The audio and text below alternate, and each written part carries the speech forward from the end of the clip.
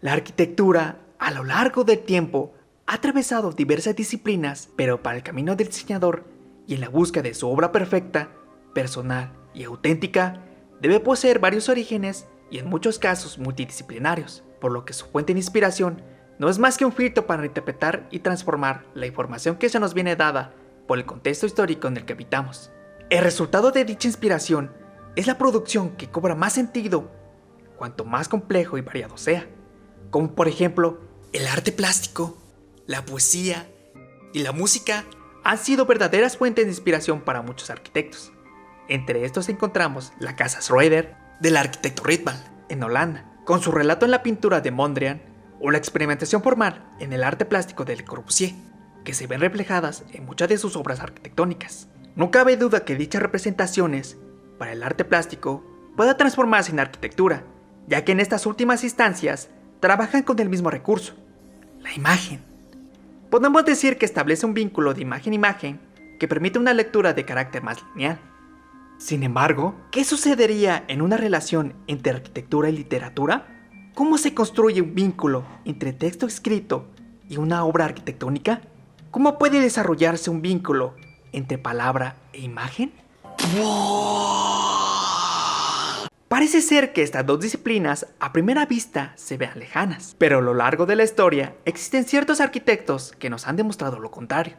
Tal es el caso de la estética del cómic utilizado por el grupo Archigram, o qué decir del homenaje del arquitecto Milan Radic al poema del ángulo recto de Le Corbusier. Pero, ¿cómo llegaron a estos resultados? Para poder entender de qué manera la arquitectura es capaz de transformar obras arquitectónicas, es importante entender el proceso creativo. En este pasaje de la palabra escrita a la obra, ¿cómo se vuelven imágenes las palabras? Y dentro de esta transformación, ¿cómo se construye un nuevo significado desde su materialización? Para este video, he decidido estudiar dos obras arquitectónicas que se inspiraron en la Divina Comedia de Dante Alighieri, las cuales son el Palacio Barolo y el Danteum. Pero antes, debemos analizar el relato de la Divina Comedia, haciendo hincapié en aquellos valores que fueron retomados por los arquitectos para la construcción de sus obras, para posteriormente abordar un análisis del proceso constructivo de la imagen, entendiendo como resultado la interacción de tres variables: el contexto en el que fueron producidos, su correspondencia con el modo de habitar y el lenguaje con el que fueron materializados. Antes de entrarnos más allá del video, debo decirte lo siguiente: vosotros los que entráis, abandonad toda esperanza, porque estamos por comenzar. Como ya mencioné, en la Divina Comedia fue escrita por Dante Alighieri en los primeros años del siglo III en Italia, donde nos relata el viaje de Dante hacia el paraíso, atravesando el infierno y purgatorio, acompañado en cada instancia por un personaje mítico, y ellos son Virgilio Marón y Beatriz Portinari.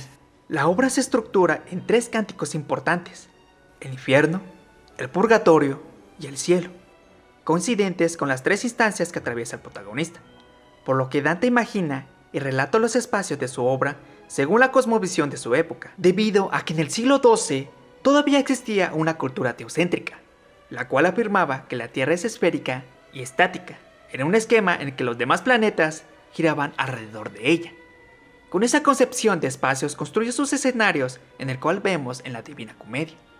La esencia de esta obra no se encuentra ni en la forma de organización del mundo, ni en las construcciones espaciales que proyecta Dante, sino en el contenido de cada texto que lo hace ser.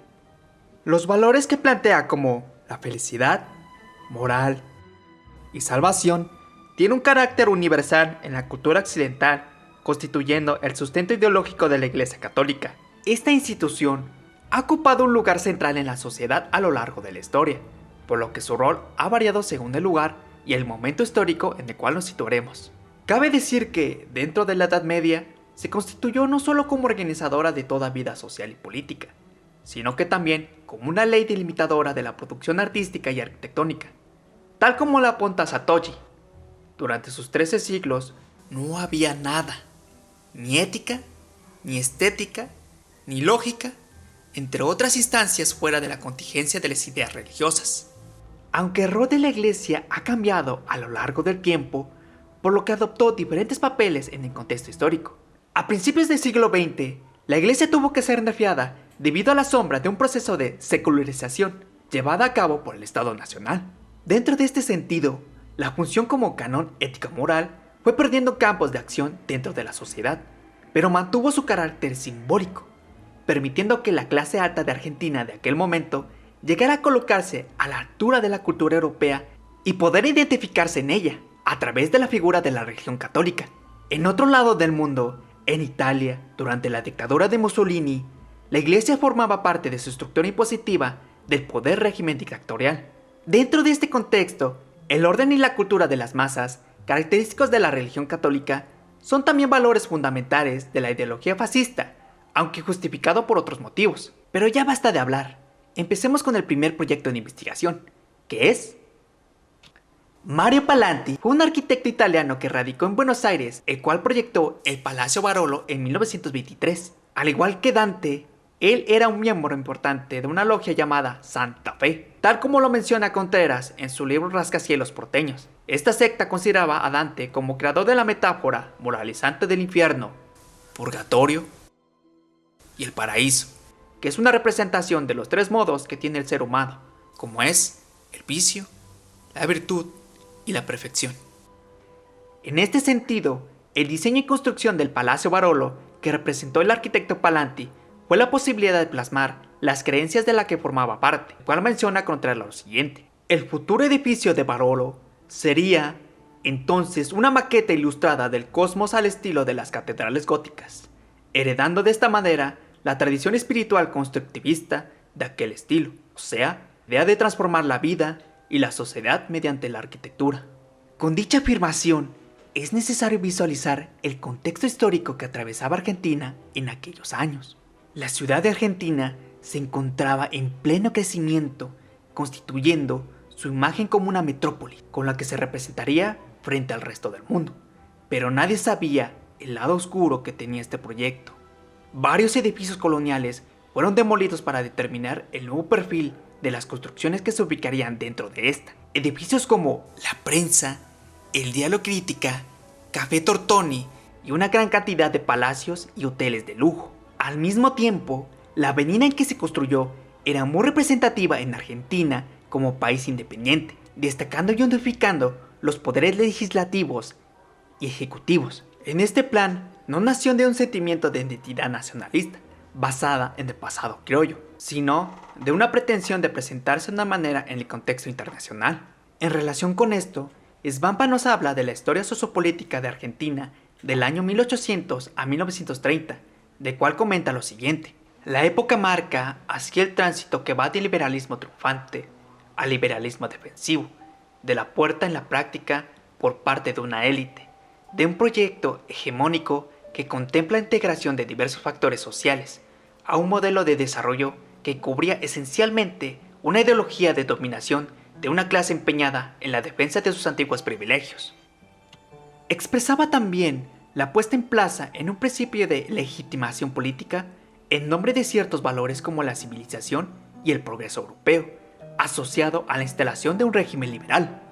En este sentido, el Palacio Barolo encaja perfectamente en este proyecto político-cultural impulsado por la clase dominante, que en términos urbanísticos significó la tabula rasa, que se viene dando como una cualidad innata, con el pasado arquitectónico que tenía Buenos Aires. La construcción de un edificio que fue inspirada en la Divina Comedia estaba destinado a ser el mausoleo de Dante, el cual representaría como los cimientos de la ciudad con base en los principios de la Iglesia Católica y las imágenes de las ciudades europeas, las cuales traería serias consecuencias de importación de estilos y formas de construcción, perdiendo el sentido de aquella arquitectura vernácula que tenía Argentina, compadeciendo el mismo sentimiento que tenía el escritor con el arquitecto que llevaría a cabo la construcción. El arquitecto Palanti construye su propio significado y la imagen final de su obra a partir de dos planos, el estético e ideológico, correspondiendo a la relación con el contexto histórico que tenía Argentina. Palanti decide utilizar un estilo gótico como lenguaje arquitectónico debido a la relación constructivista de las iglesias durante el medioevo y su correspondiente relación de hombre a Dios. Este lenguaje estilístico cumple como portador del papel de la religión cristiana dentro de la historia. Con relación a esto, Bowing afirmaba que el gótico no era un estilo, sino una religión, y que valía más el estilo griego que tenía otras iglesias, porque la religión cristiana valía más que la pagana. Pallanti no se sentía conforme con reproducir las formas simples del estilo gótico, sino que creó nuevas formas, dando lugar a un nuevo estilo. Podemos decir que es un estilo híbrido, el cual utilizó formas y elementos ya conocidos para construir espacios que originalmente no se encontraba asociado a ellos. Un ejemplo de esto lo encontramos en el hall de la entrada, que está conformado por una sucesión de bóvedas y de un espacio central rematado por una falsa cúpula, pero en el que también se ubican los ascensores y locales comerciales. En este sentido, se podría afirmar que este proceso proyectual, Pallanti otorga un nuevo simbolismo y refuncionalismo a símbolos ya establecidos. De este modo, el arquitecto utiliza estos recursos para conformar la imagen del edificio, combinando de manera inteligente lo programático y estético, de forma que sea útil en su proyecto. Al momento de proyectar, Pallanti empleó ciertas referencias explícitas de la Divina Comedia, constituyendo lo que podríamos entender como un modo vacío de generar símbolos e imágenes en arquitectura. Esto lo podemos encontrar en la construcción de 100 plantas en alusión a los 100 cánticos del texto escrito, al igual que la división del edificio en 3 niveles que se desarrollan en altura, tal como se puede visualizar en la siguiente imagen.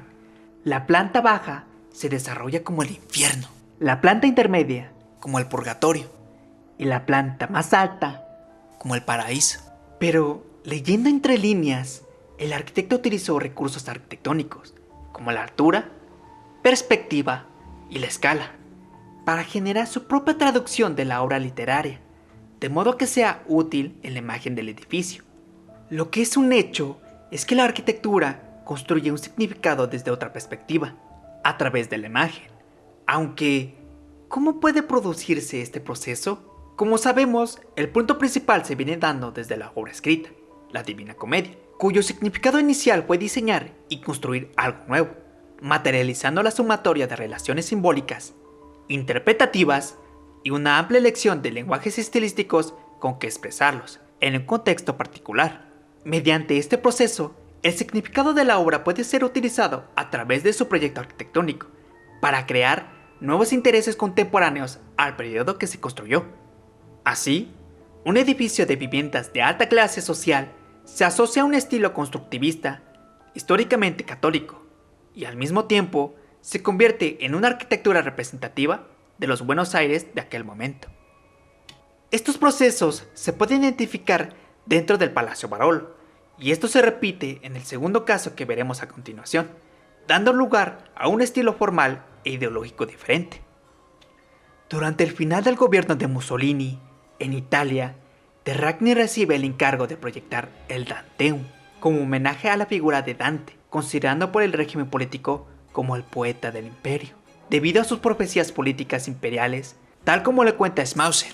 La concepción dantesca del imperio, con el emperador que recibe directamente de su dios su justa y legítima soberanía sobre el mundo seglar, con la iglesia que recibe su propio poder sobre el espíritu sin ser en absoluto superior al imperio, era naturalmente crucial para Italia de Mussolini. La idea de este homenaje fue conseguir que el gobierno fascista respaldara el ideal del Estado imperial, sustentado en los valores de la Iglesia Católica medieval, por lo que el proyecto recibió total aprobación del gobierno, aunque el proyecto no se pudo llevar a cabo debido al inicio de la Segunda Guerra Mundial. El arquitecto y sus colaboradores llegaron a plasmar la propuesta y sus intenciones en una memoria escrita que se mantuvo hasta nuestros días. En el año de 1938, el movimiento moderno estaba expandiéndose por toda Europa. Terragni conformaba aquel pensamiento arquitectónico que se estaba estableciendo en esa época, rompiendo con los lineamientos establecidos de aquel tiempo, entendiendo la forma arquitectónica como un producto lógico determinado por el programa y las posibilidades del material, pero sobre todo consiste en la búsqueda del lenguaje original y propio, libre de los estilos antiguos. Uno de los temas de los que habla Venturi es la relación de lo abstracto en las formas de expresión, lo que él menciona lo siguiente: los arquitectos modernos ortodoxos rehuyen el simbolismo de la forma como expresión o refuerzo de contenido. El significado había de comunicarse no mediante la asignación de formas previamente conocidas, sino mediante las características fisionómicas inherentes a la forma. Dentro de las memorias escritas del proyecto, Terragni expresa los valores del Estado fascista mediante un lenguaje arquitectónico moderno. Para ello, realiza un estudio minucioso de la obra de Dante y de cómo representarla en su propio trabajo. En ese momento, cuando los arquitectos están en un valle de procesos creativos, donde la interpretación de la palabra tiene un lugar de cómo materializar sus obras mediante un lenguaje formal e individual, lo que representa mediante las siguientes palabras. Consiste en separar el significado injertado de la intuición de la estructura compositiva del edificio. Estas palabras tienen un peso significativo porque consiste en traducir un lenguaje formal para un discurso intencionado. Es decir, que su objetivo consistía en crear una imagen arquitectónica moderna que pudiera identificar el edificio con los ideales del gobierno fascista. Terragni utiliza diferentes disposiciones formales conocidas, como la sección áurea, la sucesión de espacios rectangulares partidos, la concepción de los espacios para el peregrinaje, sin valerse de las imágenes del pasado. El Danteum se desarrolla principalmente en sentido horizontal, a diferencia del Palacio Barolo. Terragni interpretó su propio estilo del infierno, purgatorio y paraíso por medio de cada sala. Lo único que difiere es el uso del material y del juego de luces que le otorga cada uno.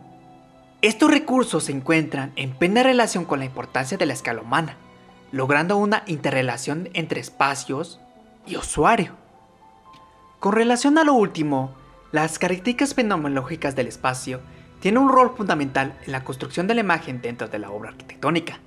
En este sentido, el movimiento moderno otorgó gran importancia al usuario y el modo de percepción, con recursos ampliamente utilizados por Terragni al Danteum, y esto lo podemos ver en la sala que representa el infierno.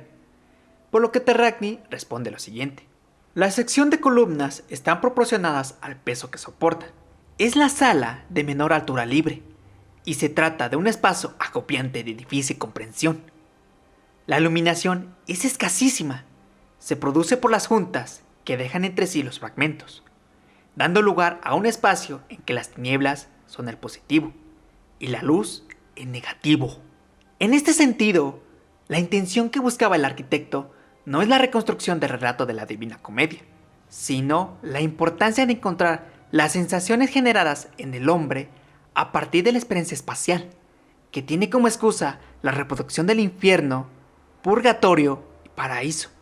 El miedo experimentado, la opresión y el agobio que genera las columnas y techos bajos, da la idea de que existe un ser omnipresente, capaz de ver y controlar todo a nuestro alrededor, provocando aquel control del inconsciente al usuario, en total correspondencia con la lógica de dominación del gobierno fascista. Como ya hemos visto, el Palacio Barolo y el Danteum tienen dos imágenes distintas, primera con un estilo gótico, mientras que la segunda se vincula el lenguaje de la arquitectura moderna.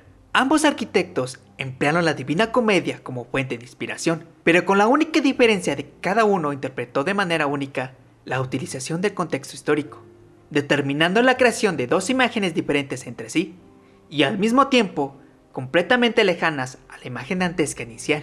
Así, obra literaria y obra arquitectónica se diferencian, ubicando cada uno un contexto diferente, con el agregado de las circunstancias en las que cada arquitecto proyectaba su obra como es, las características del encargo, la libertad de diseñar y al público que se encontraba dirigido.